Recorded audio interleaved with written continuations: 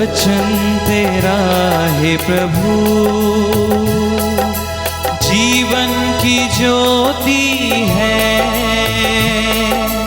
वचन तेरा है गुरु, अनंत जीवन है।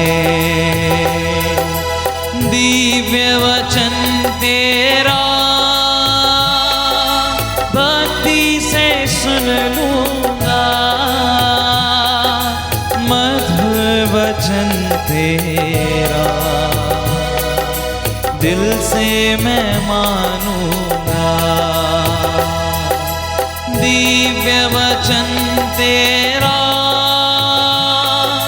भक्ति से सुन लूंगा,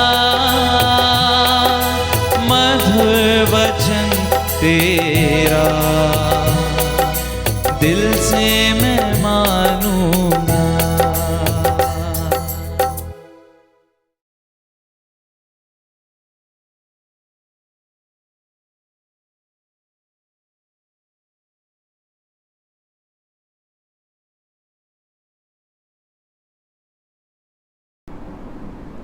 इब्रानियों के नाम पत्र अध्याय 7 से अध्याय 13 तक। अध्याय 7। जब इब्राहिम राजाओं को हरा कर लौट रहे थे तो सालेम के राजा और सर्वोच्च ईश्वर के पुरोहित वही मेल्खीसेदेक उनसे मिलने आए और उन्होंने इब्राहिम को आशीर्वाद दिया। इब्राहिम ने उन्हें सब चीज़ों का दशमांश दिया। मेल्खीसेदेक का अर्थ है धार्मिकता का राजा। वे सालेम का राजा भी है, जिसका अर्थ है शांति के राजा। उनके ना तो पिता है, ना माता और ना कोई वंशावली। उनके जीवन का ना तो आरंभ है और ना अंत। वे ईश्वर के पुत्र के सदृश हैं और वे सदा पुरोहित बने रहते हैं। आप इस बात पर विचार करें कि मेल्खीसेदेक कितने महान हैं। कुलपति इब्राहिम ने भी उन्हें लूट का दशमांश दिया। पुरोहित पदधारी लेवी वंशी संहिता के आदेश अनुसार लोगों से अर्थात अपने भाइयों से दशमांश लेते हैं, यद्यपि वे भी इब्राहिम के वंशज हैं। किंतु मेल्खीसेदेक लेवी वंशी नहीं थे, तभी उन्होंने इब्राहिम से भी दशमांश लिया और प्रतिज्ञाओं के अधिकारी को आशीर्वाद दिया है। अब यह निर्विवाद है कि जो छोटा है वे अपने से बड़े का आशीर्वाद पाता है। इसके अतिरिक्त दशमांश पाने वाले लेवी वंशी मरणशील मनुष्य हैं, जबकि मेल्खीसेदेक के विषय में धर्म ग्रंथ कहता है कि वे जीवित रहते हैं। यह भी कहा जा सकता है कि दशमांश पाने वाले लेवी ने इब्राहिम के माध्यम से दशमांश दिया है, क्योंकि जब इब्राहिम से मेल्खीसेदेक की भेंट हुई तो लेवी एक प्रकार से अपने पूर्वज इब्राहिम के शरीर में विद्यमान थे। इजरायली प्रजा को लेवियों के पौरोहित्य के आधार पर संहिता मिली थी। यदि इस पौरोहित्य के माध्यम से पूर्णता प्राप्त हो सकती थी तो यह क्यों आवश्यक था कि एक अन्य पुरोहित की चर्चा की जाए जो हारून की नहीं बल्कि मेल्खीसेदेक की श्रेणी में आ जाएगा। पौरोहित्य में परिवर्तन होने का संहिता में भी परिवर्तन अनिवार्य है। जिस पुरोहित के विषय में ये बातें कही गई हैं वे एक अन्य वंश का है और उस वंश का कोई भी व्यक्ति वेदी का सेवक नहीं बना, क्योंकि यह तो प्रत्यक्ष है कि हमारे प्रभु यूदा के वंश में उत्पन्न हुए हैं और मूसा ने पुरोहित के विषय में लिखते समय इस वंश का उल्लेख नहीं किया। ये सब और भी स्पष्ट हो जाता है यदि हम इस पर विचार करें कि एक अन्य पुरोहित प्रकट हुआ जो मेल्खीसेदेक के सदृश है, जो वंश परंपरा पर आधारित किसी नियम के अनुसार नहीं बल्कि अविनाशी जीवन के सामर्थ्य से पुरोहित बन गया है। उसके विषय में धर्मग्रंथ ये साक्ष्य देता है, तुम मेल्खीसेदेक की तरह सदा पुरोहित बने रहोगे। पुराना विधान शक्तिहीन और निष्फल होने के कारण रद्द कर दिया गया है, क्योंकि संहिता पूर्णता तक कुछ भी नहीं पहुंचा सकी। हमें इससे अधिक श्रेष्ठ आशा प्रदान की गई है और हम इसके माध्यम से ईश्वर के निकट पहुंचते हैं। शपथ के साथ ही ईसा की नियुक्ति हुई थी, जबकि वह शपथ के बिना पुरोहित नियुक्त हुए थे, क्योंकि मसीह की नियुक्ति के समय ईश्वर ने शपथ खाई थी। जैसा कि धर्मग्रंथ कहता है, ईश्वर की यह शपथ अपरिवर्तनीय है, तुम मेल्कीसेदेक की तरह सदा पुरोहित बने रहोगे। इस प्रकार हम देखते हैं कि ईसा इस विधान का उत्तरदायित्व लेते हैं, वे कहीं अधिक श्रेष्ठ हैं। वे बड़ी संख्या में पुरोहित नियुक्त किए जाते हैं क्योंकि मृत्यु के कारण अधिक समय तक पद पर रहना उनके लिए संभव नहीं। ईसा सदा बने रहते हैं, इसलिए उनका पुरोहित्य चिरस्थायी है। यही कारण है कि जो लोग उनके द्वारा ईश्वर की शरण लेते हैं वे उन्हें परिपूर्ण मुक्ति दिलाने में समर्थ हैं, क्योंकि वे उनकी ओर से निवेदन करने के लिए सदा जीवित रहते हैं। यह उचित ही था कि हमें इस प्रकार का प्रधान याजक मिले, पवित्र, निर्दोष, निष्कलंक, पापियों से सर्वथा भिन्न और स्वर्ग से भी ऊंचा। अन्य प्रधान याजक पहले अपने पापों और बाद में प्रजा के पापों के लिए प्रतिदिन बलिदान चढ़ाया करते हैं। ईसा को इसकी आवश्यकता नहीं होती, क्योंकि उन्होंने यह कार्य एक ही बार में उस समय पूरा कर लिया जब उन्होंने अपने को बलि चढ़ाया।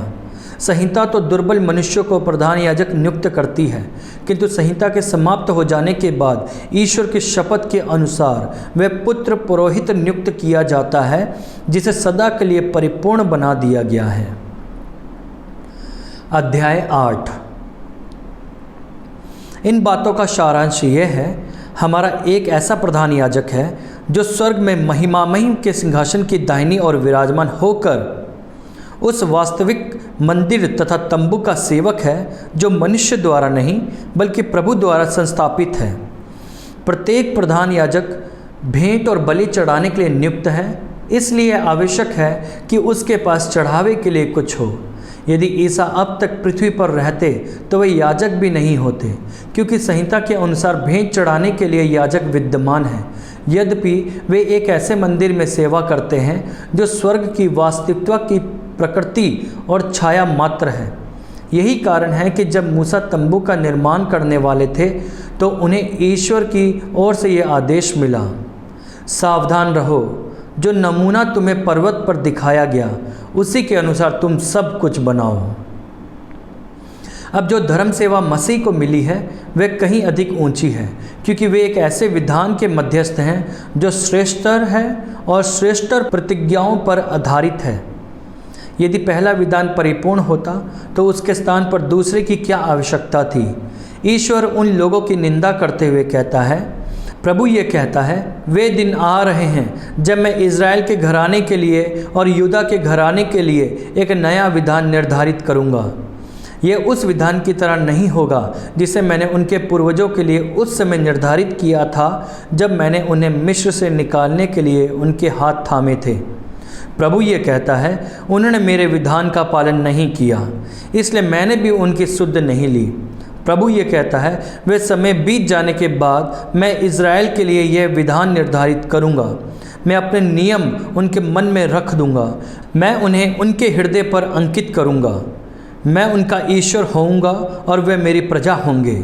इसकी ज़रूरत नहीं रहेगी कि वे एक दूसरे को शिक्षा दें और अपने भाइयों से कहें, प्रभु का ज्ञान प्राप्त कीजिए, क्योंकि छोटे और बड़े सब के सब मुझे जानेंगे।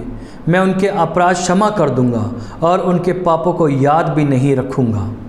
ईश्वर इस विधान को नया कहकर पुकारता है, इसलिए उसने पहला विधान रद्द कर दिया है जो पुराना और जराग्रस्त हो गया है, वह लुप्त होने को है। अध्याय 9। पहले विधान के भी अपनी उपासना संबंधी नियम थे और उसका अपना पार्थिव मंदिर भी था। एक तंबू खड़ा कर दिया गया था, उसके अगले कक्ष में दीपादार था, मेज थी और भेंट की रोटियां थी। वह मंदिर गर्भ कहलाता था। दूसरे पर्दे के पीछे का कक्ष परम पावन मंदिर गर्भ कहलाता था। वहाँ धूपदान की स्वर्णमय वेदी और विधान की स्वर्ण से मढ़ी हुई मंजूषा थी। मंजूषा में मन्ना से भरा हुआ स्वर्णमय पात्र था। हारून की छड़ी थी जो पल्लवित हो उठी थी और विधान की पार्टियां थी और मंजूषा के ऊपर प्रायश्चित का स्थान आशीषित करने वाले महिमा में कैरुबीम विराजमान थे। इन सब का विस्तृत विवरण यहाँ अपेक्षित नहीं है। यही मंदिर की व्यवस्था थी। उपासना की विधियां संपन्न करने के लिए याजक हर समय उसके अगले कक्ष में जाया करते थे, किंतु प्रधान याजक ही वर्ष में एक बार पिछले कक्ष में वह रक्त के लिए प्रवेश करता था, जिसे वह अपने और प्रजा के दोषों के लिए प्रायश्चित के रूप में चढ़ाता था। इस प्रकार पवित्र आत्मा यह दिखलाना चाहता है कि जब तक पहला तंबू खड़ा है तब तक परम पावन मंदिर गर्भ का मार्ग खुला नहीं है। वे वर्तमान समय का प्रतीक है। वहाँ जो भेंट और बलिदान चढ़ाए जाते हैं वे चढ़ाने वाले को आभ्यंतर पूर्णता तक नहीं पहुँचा सकते। वे भाम्य नियम हैं जो खान पान एवं नाना प्रकार के शुद्धिकरण विधियों से संबंध रखते हैं और सुधार के समय तक ही लागू हैं। किंतु अब मसीह हमारे भावी कल्याण के प्रधान याजक के रूप में आए हैं और उन्होंने एक ऐसे तंबू को पार किया जो यहूदियों के तंबू से महान तथा श्रेष्ठ है, जो मनुष्य के हाथ से नहीं बना और इस पृथ्वी का नहीं है। उन्होंने बकरों तथा बछड़ों का नहीं बल्कि अपना रक्त लेकर सदा के लिए एक ही बार परम पावन स्थान में प्रवेश किया और इस तरह हमारे लिए सदा सर्वदा बना रहने वाला उद्धार प्राप्त किया है। याजक बकरों तथा सांडों का रक्त और कल्लोर की राख अशुद्ध लोगों पर छिड़कता है और उनका शरीर फिर शुद्ध हो जाता है। यदि उसमें पवित्र करने की शक्ति है तो फिर मसीह का रक्त, जिसे उन्होंने शाश्वत आत्मा के द्वारा निर्दोष बलि के रूप में ईश्वर को अर्पित किया, हमारे अंतःकरण को पापों से क्यों नहीं शुद्ध करेगा और हमें जीवंत ईश्वर की सेवा के योग्य बनाएगा। मसीह पहले विधान के समय किए हुए अपराधों की क्षमा के लिए मर गए हैं और इस प्रकार वे एक नए विधान के मध्यस्थ हैं। ईश्वर जिन्हें बुलाते हैं वे अब उसकी प्रतिज्ञा के अनुसार अनंत काल तक बनी रहने वाली विरासत प्राप्त करते हैं। वसीयत नामे के विषय में वसीयतकर्ता की मृत्यु का प्रमाण पत्र देना पड़ता है, क्योंकि मृत्यु के बाद ही वसीयतनामा कारगर होता है। जब तक वसीयतकर्ता जीवित है तब तक वसीयतनामा कारगर नहीं होता। इसलिए रक्त के बिना प्रथम विधान का परिवर्तन नहीं हुआ था, क्योंकि जब मूसा ने सारी प्रजा के सामने संहिता की सब आज्ञाओं को पढ़कर सुनाया था तो उन्होंने जल, लाल ऊन और जूफे के साथ बछड़ों और बकरों का रक्त ले लिया था और उसे संहिता के ग्रंथ और सारी प्रजा पर छिड़कते हुए कहा था, यह उस विधान का रक्त है जिसे ईश्वर ने तुम लोगों के लिए निर्धारित किया है। उन्होंने तंबू और उपासना के प्रयुक्त सभी पात्रों पर वह रक्त छिड़क दिया था। संहिता के अनुसार प्राय सब कुछ रक्त द्वारा शुद्ध किया जाता है और रक्तपात के बिना क्षमा नहीं मिलती। जो चीज़ें स्वर्ग की चीज़ों का प्रतीक मात्र थी, यदि उनका शुद्धिकरण इस प्रकार की विधियों द्वारा आवश्यक था तो स्वर्ग की चीज़ों के लिए एक श्रेष्ठ बलिदान आवश्यक था। क्योंकि ईसा ने हाथ के बने हुए उस मंदिर में प्रवेश नहीं किया जो वास्तविक मंदिर का प्रतीक मात्र है। उन्होंने स्वर्ग में प्रवेश किया है जिससे वे हमारी ओर से ईश्वर के सामने उपस्थित हो सके। प्रधान याजक किसी दूसरे का रक्त लेकर प्रतिवर्ष परम पावन मंदिर गर्भ में प्रवेश करता है। ईसा के लिए इस तरह अपने को बार बार अर्पित करने की आवश्यकता नहीं है। यदि ऐसा होता तो संसार के प्रारंभ से उन्हें बार बार दुख भोगना पड़ता, किंतु अब युग के अंत में वे एक ही बार प्रकट हुए जिससे वे आत्म बलिदान द्वारा पाप को मिटा दें। जिस तरह मनुष्यों के लिए एक ही बार मरना और इसके बाद उनका न्याय होना निर्धारित है, उसी तरह मसीह बहुतों के पाप हरने के लिए एक ही बार अर्पित हुए। वे दूसरी बार प्रकट हो जाएंगे, पाप के कारण नहीं बल्कि उन लोगों को मुक्ति दिलाने के लिए जो उनकी प्रतीक्षा करते हैं। अध्याय 10। संहिता भावी कल्याण का वास्तविक रूप नहीं, उसकी छाया मात्र दिखाती है। उसके नियमों के अनुसार प्रतिवर्ष एक ही प्रकार के बलिदान चढ़ाए जाते हैं। संहिता उन बलिदानों द्वारा उपासकों को पूर्णता तक पहुंचाने में असमर्थ है। यदि वे इसमें समर्थ होती तो बलिदान समाप्त कर दिए जाते, क्योंकि तब उपासक सदा के लिए शुद्ध हो जाते और उनमें पाप का बोध नहीं रहता। किंतु अब तो उन बलिदानों द्वारा प्रतिवर्ष पापों का स्मरण दिलाया जाता है। सांडों तथा बकरों का रक्त पाप नहीं हर सकता। इसलिए मसीह ने संसार में आकर यह कहा, तूने ना तो यज्ञ चाहा और ना चढ़ावा, बल्कि तूने मेरे लिए एक शरीर तैयार किया है। तू ना तो होम से प्रसन्न हुआ और ना प्रायश्चित के बलिदान से। इसलिए मैंने कहा, ईश्वर, मैं तेरी इच्छा पूरी करने आया हूँ, जैसा कि धर्मग्रंथ में मेरे विषय में लिखा हुआ है। मसीह ने पहले कहा, तूने यज्ञ, चढ़ावा, होम या प्रायश्चित का बलिदान नहीं चाहा, तू उनसे प्रसन्न नहीं हुआ, यद्यपि ये सब संहिता के अनुसार ही चढ़ाए जाते हैं। तब उन्होंने कहा, देख, मैं तेरी इच्छा पूरी करने आया हूँ। इस प्रकार वे पहली व्यवस्था को रद्द करते और दूसरी का प्रवर्तन करते हैं। ईसा मसीह के शरीर के एक ही बार बलि चढ़ाए जाने के कारण हम ईश्वर की इच्छा के अनुसार पवित्र किए गए हैं। प्रत्येक दूसरा पुरोहित खड़ा होकर प्रतिदिन धर्म अनुष्ठान करता है और बार बार एक ही प्रकार के बलिदान चढ़ाया करता है जो पाप हरने में असमर्थ होते हैं। किंतु पापों के लिए एक ही बलिदान चढ़ाने के बाद वे सदा के लिए ईश्वर के दाहिने विराजमान हो गए हैं, जहां वे उस समय की राह देखते हैं जब उनके शत्रुओं को उनका पावदान बना दिया जाएगा। क्योंकि वे जिन लोगों को पवित्र करते हैं उन्होंने उनको एक ही बलिदान द्वारा सदा के लिए पूर्णता तक पहुंचा दिया है। इस संबंध में पवित्र आत्मा का साक्ष्य भी हमारे पास है।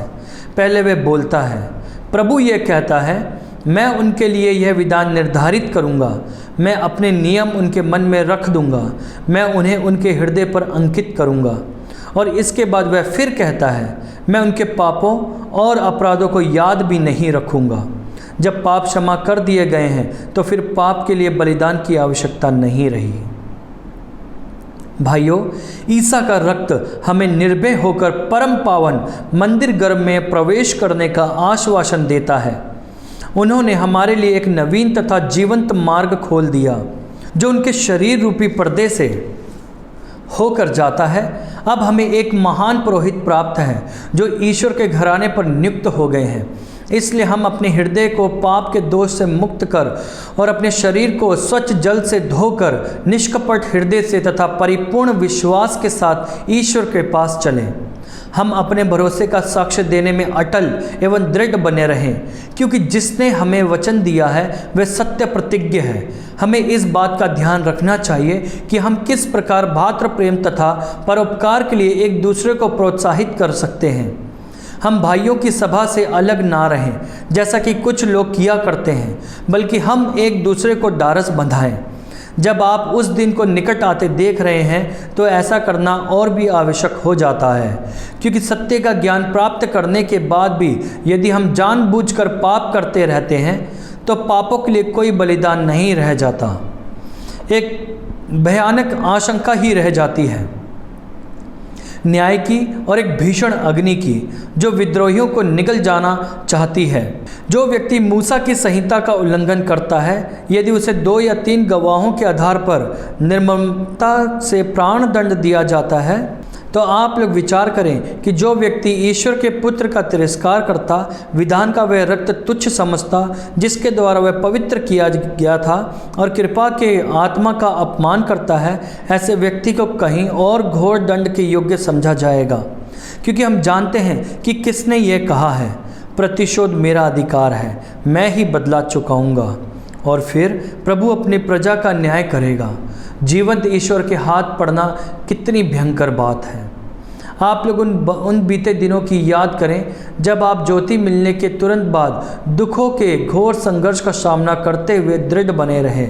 आप लोगों में कुछ को सबके सामने अपमान और अत्याचार सहना पड़ा और कुछ इनके साथ पूरी सहानुभूति दिखलाते रहे। जो बंदी बनाए गए, आप लोग उनके कष्टों के सहभागी बने और जब आप लोग की धन संपत्ति जब्त की गई तो आपने यह सहर्ष स्वीकार किया, क्योंकि आप जानते थे कि इससे कहीं अधिक उत्तम और चिरस्थायी संपत्ति आपके पास विद्यमान है। इसलिए आप लोग अपना भरोसा नहीं छोड़ें, इसका पुरस्कार महान है। आप लोगों को धैर्य की आवश्यकता है, जिससे ईश्वर की इच्छा पूरी करने के बाद आपको वह मिल जाए जिसकी प्रतिज्ञा ईश्वर कर चुका है। क्योंकि धर्म ग्रंथ यह कहता है, जो आने वाला है वह थोड़े ही समय बाद आएगा, वह देर नहीं करेगा। मेरा धार्मिक भक्त अपने विश्वास के कारण जीवन प्राप्त करेगा, किंतु यदि कोई पीछे हटेगा तो मैं उस पर प्रसन्न नहीं होऊंगा। हम उन लोगों में नहीं जो हटने के कारण नष्ट हो जाते हैं, बल्कि हम उन लोगों में हैं जो अपने विश्वास द्वारा जीवन प्राप्त करते हैं। अध्याय 11। विश्वास उन बातों की स्थिर प्रतीक्षा है जिनकी हम आशा करते हैं और उन वस्तुओं के अस्तित्व के विषय में दृढ़ धारणा है जिन्हें हम नहीं देखते। विश्वास के कारण हमारे पूर्वज ईश्वर के कृपा पात्र बने। विश्वास द्वारा हम समझते हैं कि ईश्वर के शब्द द्वारा विश्व का निर्माण हुआ है और अदृश्य से दृश्य की उत्पत्ति हुई है। विश्वास के कारण हाबिल ने काइन की अपेक्षा कहीं अधिक श्रेष्ठ बलि चढ़ाई। विश्वास के कारण वे धार्मिक समझे गए क्योंकि ईश्वर ने उनका चढ़ावा स्वीकार किया। विश्वास के कारण वे मरकर भी बोल रहे हैं। विश्वास के कारण मृत्यु का अनुभव किए बिना हेनोक आरोहित कर लिए गए। वे फिर नहीं दिखाई पड़े क्योंकि ईश्वर ने उन्हें आरोहित किया था। धर्म ग्रंथ उसके विषय में कहता है कि आरोहित किए जाने के पहले वे ईश्वर के कृपा पात्र बन गए थे। विश्वास के अभाव में कोई ईश्वर का कृपा पात्र नहीं बन सकता। जो ईश्वर के निकट पहुंचना चाहता है उसे विश्वास करना है कि ईश्वर है और वह उन लोगों का कल्याण करता है जो उसकी खोज में लगे रहते हैं। ईश्वर से उस समय तक अदृश्य बातों की सूचना पाकर नूह ने अपना परिवार बचाने के लिए विश्वास के कारण बड़ी सावधानी से पोत का निर्माण किया। उन्होंने अपने विश्वास द्वारा संसार को दोषी ठहराया और वह उस धार्मिकता के अधिकारी बने जो विश्वास पर आधारित है। विश्वास के कारण इब्राहिम ने ईश्वर को बुलाकर स्वीकार किया कि यह ना जानते हुए भी कि वे कहाँ जा रहे हैं, उन्होंने उस देश के लिए प्रस्थान किया जिसका वे उत्तराधिकारी बनने वाले थे। विश्वास के कारण वे परदेशी की तरह प्रतिज्ञात देश में बस गए और वहाँ इसहाक तथा याकूब के साथ, जो एक ही प्रतिज्ञा के उत्तराधिकारी थे, तंबुओं में रहने लगे। इब्राहिम ने ऐसा किया क्योंकि वह उस पक्की नींव वाले नगर की प्रतीक्षा में थे जिसका वास्तुकार तथा निर्माता ईश्वर है। विश्वास के कारण उम्र ढल जाने पर भी सारा गर्भवती हो सकी क्योंकि उनका विचार यह था कि जिसने प्रतिज्ञा की है वह सच्चा है और इसलिए एक मरणसन व्यक्ति से वह संतति उत्पन्न हुई जो आकाश के तारों की तरह असंख्य है और सागर तट के बालों के कणों की तरह अनगिनत। प्रतिज्ञा का फल पाए बिना वे सब विश्वास करते हुए मर गए। उन्होंने उसे दूर से देखा और उसका स्वागत किया। वे अपने को पृथ्वी पर परदेशी तथा प्रवासी मानते थे। जो इस तरह की बातें कहते हैं वे ये स्पष्ट कर देते हैं कि वे स्वदेश की खोज में लगे हुए हैं। वे उस देश की बात नहीं सोचते जहाँ से वे चले गए थे क्योंकि वे वहाँ लौट सकते हैं। वे तो एक उत्तम स्वदेश अर्थात स्वर्ग की खोज में लगे हुए थे।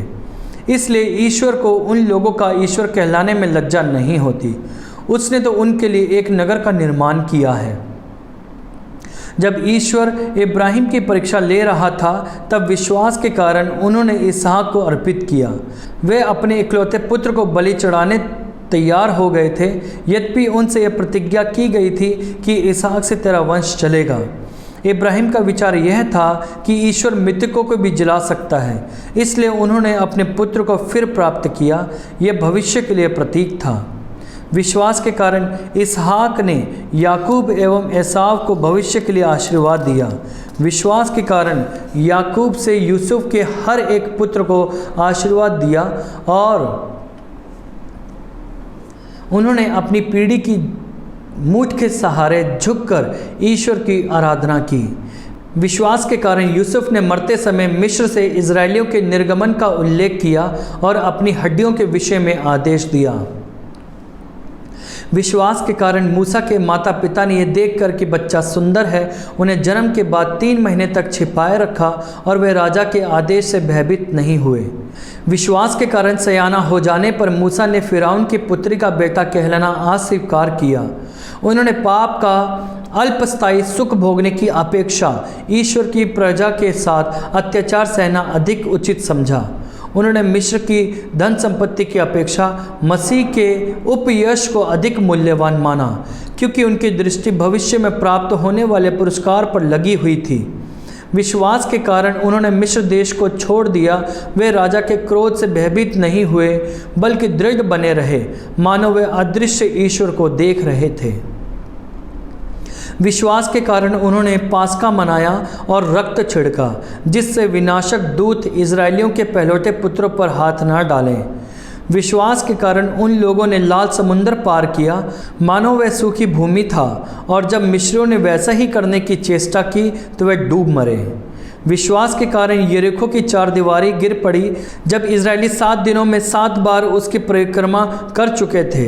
विश्वास के कारण राहाब नामक वेश्या आप विश्वासियों के साथ नष्ट नहीं हुई, क्योंकि उसने गुप्तचरों का स्वागत किया था। मैं और क्या कहूँ?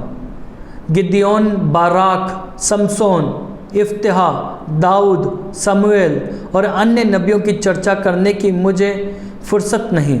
उन्होंने अपने विश्वास द्वारा राज्यों को अपने अधीन कर लिया, न्याय का पालन किया, प्रतिज्ञाओं का फल पाया, सिंहों का मुंह बंद किया और प्रज्वलित आग बुझाई। वे तलवार की धार से बच गए और दुर्बल होने पर भी शक्तिशाली बन गए। उन्होंने युद्ध में वीरता का प्रदर्शन किया और विदेशी सेनाओं को भगा दिया। स्त्रियों ने अपने पुनर्जीवित मृतकों को फिर प्राप्त किया। कुछ लोग यांत्रणा सहकर मर गए और वे उससे इसलिए छुटकारा नहीं चाहते थे कि उन्हें श्रेष्ठ पुनरुत्थान प्राप्त हो। उपहास, कोड़ों, बेड़ियों और बंदीगृह द्वारा कुछ लोगों की परीक्षा ली गई है। कुछ लोग पत्थरों से मारे गए, कुछ आरे से चीड़ दिए गए और कुछ तलवार के घाट उतारे गए। कुछ लोग दरिद्रता, अत्याचार और उत्पीड़न के शिकार बनकर भेड़ों और बकरियों की खाल ओढ़े इधर उधर भटकते रहे। संसार उनके योग्य नहीं था। उन्हें उजाड़ स्थानों, पहाड़ी प्रदेशों, गुफाओं और धरती के खड्डों की शरण लेनी पड़ी। वे सभी अपने विश्वास के कारण ईश्वर की कृपा पात्र बन गए। फिर भी उन्हें प्रतिज्ञा का फल प्राप्त नहीं हुआ, क्योंकि ईश्वर ने हमको दृष्टि में रखकर एक श्रेष्ठ योजना बनाई है। वह चाहता था कि वे हमारे साथ की पूर्णता तक पहुँचे। अध्याय 12। जब विश्वास के साक्षी इतनी बड़ी संख्या में हमारे चारों ओर विद्यमान हैं, तो हम हर प्रकार की बाधा दूर कर, अपने को उलझाने वाले पाप को छोड़कर और ईसा पर अपनी दृष्टि लगाकर धैर्य के साथ उस दौड़ में आगे बढ़ते जाएं जिसमें हमारा नाम लिखा गया है। ईसा हमारे विश्वास के प्रवर्तक हैं और उसे पूर्णता तक पहुंचाते हैं। उन्होंने भविष्य में प्राप्त होने वाले आनंद के लिए क्रूस का कष्ट स्वीकार किया और उसके कलंक की कोई परवाह नहीं की। अब वह ईश्वर के सिंहासन के दाहिने विराजमान है। कहीं ऐसा ना हो कि आप लोग निरुत्साह होकर हिम्मत हार जाएं। इसलिए आप उनका स्मरण करते रहें जिन्होंने पापियों का इतना अत्याचार सहा। अब तक आपको पाप से संघर्ष करने में अपना रक्त नहीं बहाना पड़ा। क्या आप लोग धर्मग्रंथ का यह उपदेश भूल गए हैं जिसमें आपको पुत्र कहकर संबोधित किया गया है? मेरे पुत्र, प्रभु के अनुशासन की अपेक्षा मत करो और उसकी फटकार से हिम्मत मत हारो, क्योंकि प्रभु जिसे प्यार करता है उसे दंड देता है और जिसे पुत्र मानता है उसे कोड़े लगाता है। आप जो कष्ट सहते हैं उसे पिता का दंड समझें, क्योंकि वह इसका प्रमाण है कि ईश्वर आपको पुत्र समझकर आपके साथ व्यवहार करता है। और कौन पुत्र ऐसा है जिसे पिता दंड नहीं देता? यदि आपको दूसरे पुत्रों की तरह दंड नहीं दिया जाता तो आप औरस पुत्र नहीं बल्कि जारा संतान हैं। हमारे पार्थिव पिता हमें दंड देते थे और हम उनका सम्मान करते थे, तो हमें कहीं अधिक तत्परता से अपने आत्मिक पिता की अधीनता स्वीकार करनी चाहिए, जिससे हमें जीवन प्राप्त हो। वह तो अपनी अपनी समझ के अनुसार इस अल्पकालिक जीवन के लिए हमें तैयार करने के उद्देश्य से दंड देते थे। ईश्वर हमारे कल्याण के लिए ऐसा करता था, क्योंकि वह हमें अपनी पवित्रता का भागी बनाना चाहता है। जब दंड मिल रहा था तो वह सुखद नहीं दुखद प्रतीत होता है, किंतु जो दंड द्वारा प्रशिक्षित होते हैं वे बाद में धार्मिकता का शांतिप्रद फल प्राप्त करते हैं। इसलिए ढीले हाथों तथा शिथिल घुटनों के सबल बना लें और सीधे पथ पर आगे बढ़ते जाएं, जिससे लंगड़ा भटके नहीं बल्कि चंगा हो जाए। सबके साथ शांति बनाए रखें और पवित्रता की साधना करें। इसके बिना कोई ईश्वर के दर्शन नहीं कर पाएगा। आप सावधान रहें, कोई ईश्वर की कृपा से वंचित ना हो। ऐसा कोई कड़वा और हानिकारक पौधा पनपने ना पाए जो समस्त समुदाय को दूषित कर दे। आप लोगों में ना तो कोई व्यभिचारी हो और ना एसाव के सदृश कोई नास्तिक, जिसने एक ही भोजन के लिए अपना पहलौठे का अधिकार बेच दिया। आप लोग जानते हैं कि वह बाद में अपने पिता की आशीष प्राप्त करना चाहता था, किंतु ऐसा नहीं कर सका। यद्यपि उसने रोते हुए इसके लिए आग्रह किया, तो भी वह अपने पिता का मन बदलने में असमर्थ रहा। आप लोग ऐसे पर्वत के निकट नहीं पहुँचे हैं जिसे आप स्पर्श कर सकते हैं। यहाँ ना तो सिनेई पर्वत की धधकती अग्नि है और ना काले बादल, न घोर अंधकार, बवंडर, तुरही का निदान और ना बोलने वाले की ऐसी वाणी जिसे सुनकर इजरायली ये विनय करते थे कि वह फिर हमसे कुछ ना कहें, क्योंकि वे इस आदेश से घबरा गए, यदि जानवर भी इस पर्वत का स्पर्श करेगा तो वह पत्थरों से मारा जाएगा। वह दृश्य इतना भयानक था कि मूसा बोल उठे, मैं भय से कांप रहा हूँ। आप लोग सियोन पर्वत, जीवंत ईश्वर के नगर, स्वर्ग की यरूशलेम के पास पहुँचे, जहाँ लाखों स्वर्गदूत, स्वर्ग के पहले नागरिक का आनंदमय समुदाय, सबका न्यायकर्ता ईश्वर, धर्मियों की पूर्णता प्राप्त आत्माएं और नवीन विधान के मध्यस्थ ईसा विराजमान हैं, जिनका छिड़काया हुआ रक्त हाबिल के रक्त से कहीं अधिक कल्याणकारी है। आप लोग सावधान रहें, आप बोलने वाले की बात सुनना अस्वीकार नहीं करें। जिन लोगों ने पृथ्वी पर चेतावनी देने वाले की वाणी को अनसुना कर दिया था, यदि वे नहीं बच सके तो हम कैसे बच सकेंगे यदि हम स्वर्ग से चेतावनी देने वाले की वाणी अनसुनी कर देंगे। उस समय उनकी वाणी ने पृथ्वी को हिला दिया था, किंतु अब वह यह घोषित करता है, मैं एक बार और न केवल पृथ्वी को बल्कि स्वर्ग को भी हिलाऊंगा। एक बार और, इन शब्दों से यह संकेत मिलता है कि सृष्टि की जो चीज़ें हिलाई जाएंगी वे नष्ट हो जाएंगी और जो नहीं हिलाई जाएंगी वे बनी रहेंगी।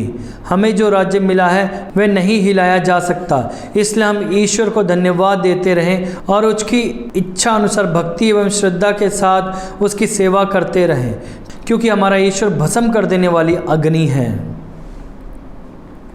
अध्याय 13। आपका भातृ प्रेम बना रहे। आप लोग आतिथ्य सत्कार नहीं भूलें, क्योंकि इसी के कारण कुछ लोगों ने अनजाने ही अपने यहाँ स्वर्गदूतों का सत्कार किया है।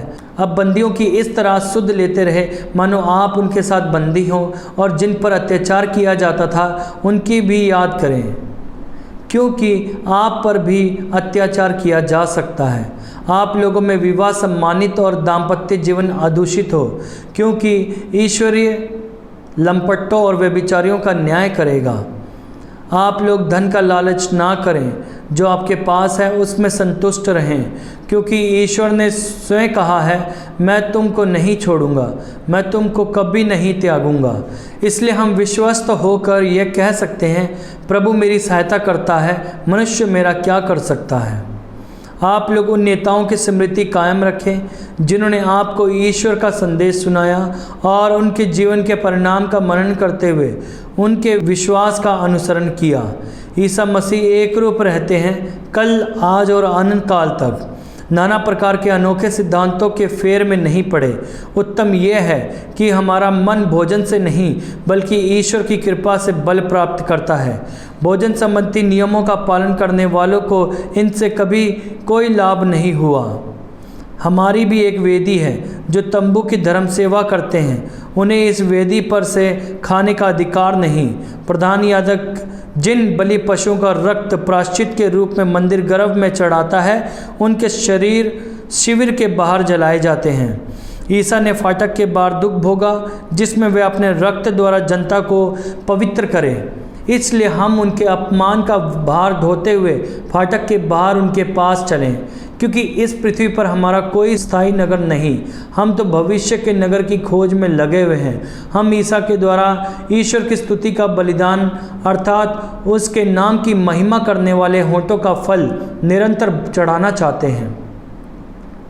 आप लोग परोपकार और एक दूसरे की सहायता करना कभी नहीं भूलें, क्योंकि इस प्रकार के बलिदान ईश्वर को प्रिय हैं।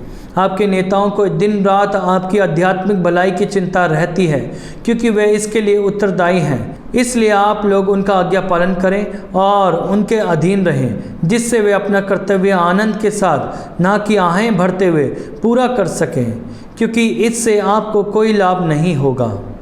आप हमारे लिए प्रार्थना करें। हमें विश्वास है कि हमारा अंतःकरण शुद्ध हो है, क्योंकि हम हर परिस्थिति में सही आचरण करना चाहते हैं। मैं विशेष रूप से इसलिए आप लोगों से प्रार्थना का आग्रह करता हूं कि मैं शीघ्र ही आप लोगों के पास लौट सकूं। शांति का ईश्वर, जिसने शाश्वत विधान के रक्त द्वारा भीड़ों के महान चरवाहे हमारे प्रभु यीशु को मृतकों में से पुनर्जीवित किया, आप लोगों को समस्त गुणों से संपन्न करें, जिससे आप उसकी इच्छा पूरी करें। वह ईसा मसीह द्वारा हम में वह कर दिखाए जो उसे प्रिय है। उन्हीं मसीह को अनंत काल तक महिमा। आमीन। भाइयों, आपसे अनुरोध है कि आप मेरे इस उपदेश का धीरज के साथ स्वागत करें। मैंने संक्षेप में ही आपको यह पत्र लिखा है। मुझे आप लोगों को एक समाचार सुनाना है। हमारे भाई तिमोथी रिहा कर दिए गए हैं। यदि वे समय पर पहुंचेंगे तो मैं उनके साथ आपसे मिलने आऊँगा। आपके सभी नेताओं को और सभी संतों को नमस्कार। इटली के भाई आप लोगों को नमस्कार कहते हैं। आप सब पर कृपा बनी रहे। यह प्रभु की वाणी है। ईश्वर को धन्यवाद।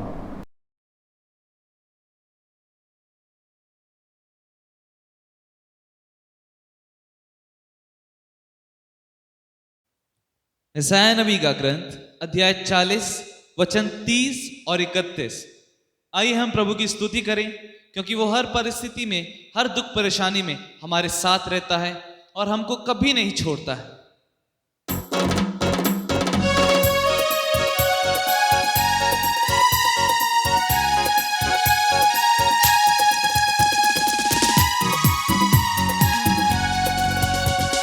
जवान भले ही थक कर चूर हो जाए और फिसल कर गिर पड़े।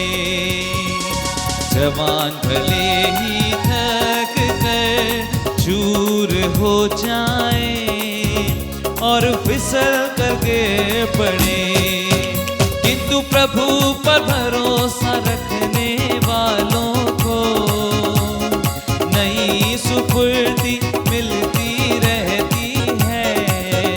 किंतु प्रभु पर भरोसा रखने वालों को नई सुफुर्ती मिलती रहती है।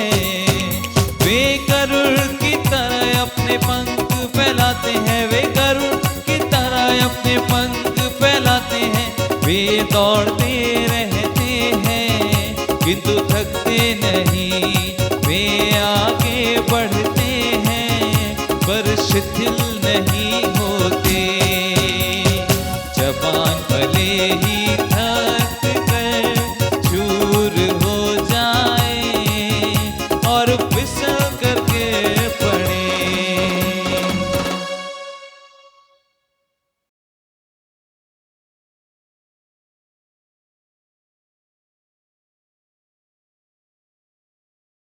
Hallelujah, hallelujah, hallelujah. सर्वशक्तिमान ईश्वर, हम आपकी स्तुति और आराधना करते हैं। प्रभु तेरा वचन, जितना वचन में प्रभु ये लिखा है, जवान भले ही थक कर चूर हो जाएं, किंतु जो प्रभु पर भरोसा रखने वाला को नए स्फूर्ति मिलती रहती है। तेरा इस वचन का सामर्थ्य, शक्ति प्रभु सब लोगों के जीवन में उतरे। खास करके मैं युवाओं के लिए प्रार्थना करता हूँ प्रभु, युवजनों के लिए प्रार्थना करता हूँ, जो प्रभु आपने प्रार्थना में बहुत कठिनाइयों का सामना करना पड़ता है। प्रभु जी, बहुत सारे बच्चे विचलित हो जाते हैं अपने भविष्य के प्रति खास करके सोचकर। प्रभु, जो परिस्थितियां नहीं, तेरा वचन से उन्हें शक्ति मिले। प्रभु जी, आज उनके जीवन में एक नई आशा, नई जोश उनको प्राप्त हो जाए। प्रभु, उनके अंदर नवजीवन का संचार हो जाए। प्रभु, वो थकेगा नहीं, वो शिथिल नहीं होगा, जो तुझ पर भरोसा रखते हैं। तुझ पर भरोसा रखने की कृपा सभी नौजवानों को आज प्राप्त हो जाए। यीशु मसीह के नाम से मांगते हैं, आमीन। सर्वशक्तिमान ईश्वर पिता,